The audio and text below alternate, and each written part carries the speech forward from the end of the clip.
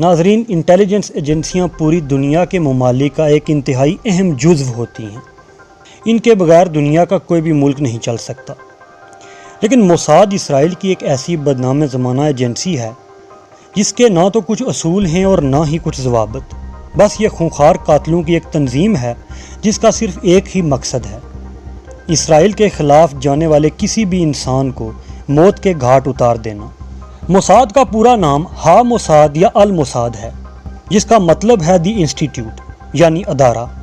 یہ ایجنسی اسرائیل کے external operations کو ڈیل کرتی ہے، جیسا کہ کسی بھی ملک کے اندر جا کر اسرائیل کی مخالف طاقتوں کو سابوتاژ کرنا۔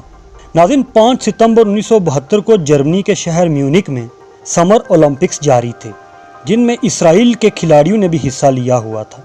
کھیل ختم ہونے کے بعد سب ممالک کے کھلاڑی اپنے اپنے کمروں میں آ گئے، اور اس دن کسی کو یہ معلوم نہ تھا کہ آج کی تاریخ میں ایسا حملہ ہونے والا ہے جس کی وجہ سے یہ خونخوار ایجنسی پوری دنیا میں خونریزی شروع کر دے گی۔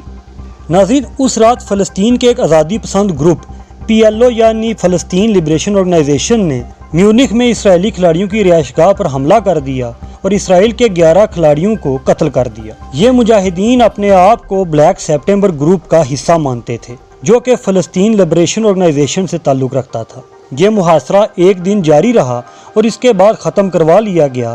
اس حادثے کے بعد دنیا معمول پر آ چکی تھی، لیکن وہاں سے 4000 میل دور اسرائیل میں ایک میٹنگ جاری تھی جس کی سربراہی اس وقت کی اسرائیلی وزیر اعظم گولڈا میئر کر رہی تھی۔ اس میٹنگ میں اس کے ساتھ اسرائیل کا ڈیفنس منسٹر موشے دایان اور موساد کا چیف زوی زمیر بھی موجود تھے، اور اس دن دنیا کے ایک انتہائی خطرناک ترین آپریشن کی تیاریاں کی جا رہی تھیں، جس کا نام تھا آپریشن ریتھ آف گاڈ یعنی خدا کا غضب، جس میں یہ طے پایا گیا تھا کہ جب تک موساد ان 11 اسرائیلی کھلاڑیوں کا بدلہ نہ لے وہ چین سے نہیں بیٹھے گی، اور اس کام کے لیے انہوں نے چند انتہائی خطرناک قاتلوں کی ایک ٹیم تشکیل دی جن سے حلف لیا گیا تھا اور کہا گیا تھا کہ اس حادثے کے ذمہ داران کو دنیا کے کسی بھی کونے سے ڈھونڈ نکالو اور انہیں ختم کر دو۔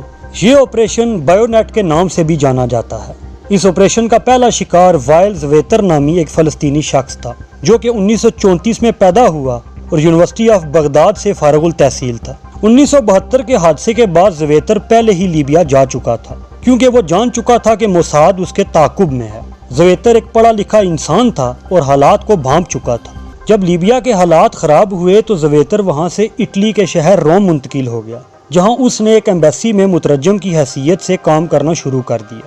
وہ عربی کے ساتھ ساتھ فرینچ، اٹالین، انگریزی بھی خوب جانتا تھا، جس کی وجہ سے اٹالین لوگوں میں گھل مل گیا۔ دوسری طرف موساد زویتر کو کسی بھی قیمت پر ڈھونڈ کر ختم کرنا چاہتی، لیکن کافی وقت گزر جانے کے بعد بھی اس کا سراغ نہیں لگ رہا تھا۔ موساد نے اپنے ایجنٹ دنیا بھر میں تعینات کر دیے تھے اور آخرکار زویتر کا پتہ چلا لیا گیا۔ یہ 16 اکتوبر کا دن تھا جب زویتر اپنا کام ختم کر کے واپس گھر پہنچا، اور موساد کو اس بات کا پہلے ہی علم تھا کہ زویتر رات کا کھانا باہر کھاتا ہے۔ زویتر تیار ہو کر ڈنر کے لیے روم کے ایک ریسٹورانٹ میں پہنچا، جہاں موساد کے اسلحہ بردار ایجنٹ پہلے سے موجود تھے اور جن کے ہاتھ میں اوزی سب مشین گنز تھیں۔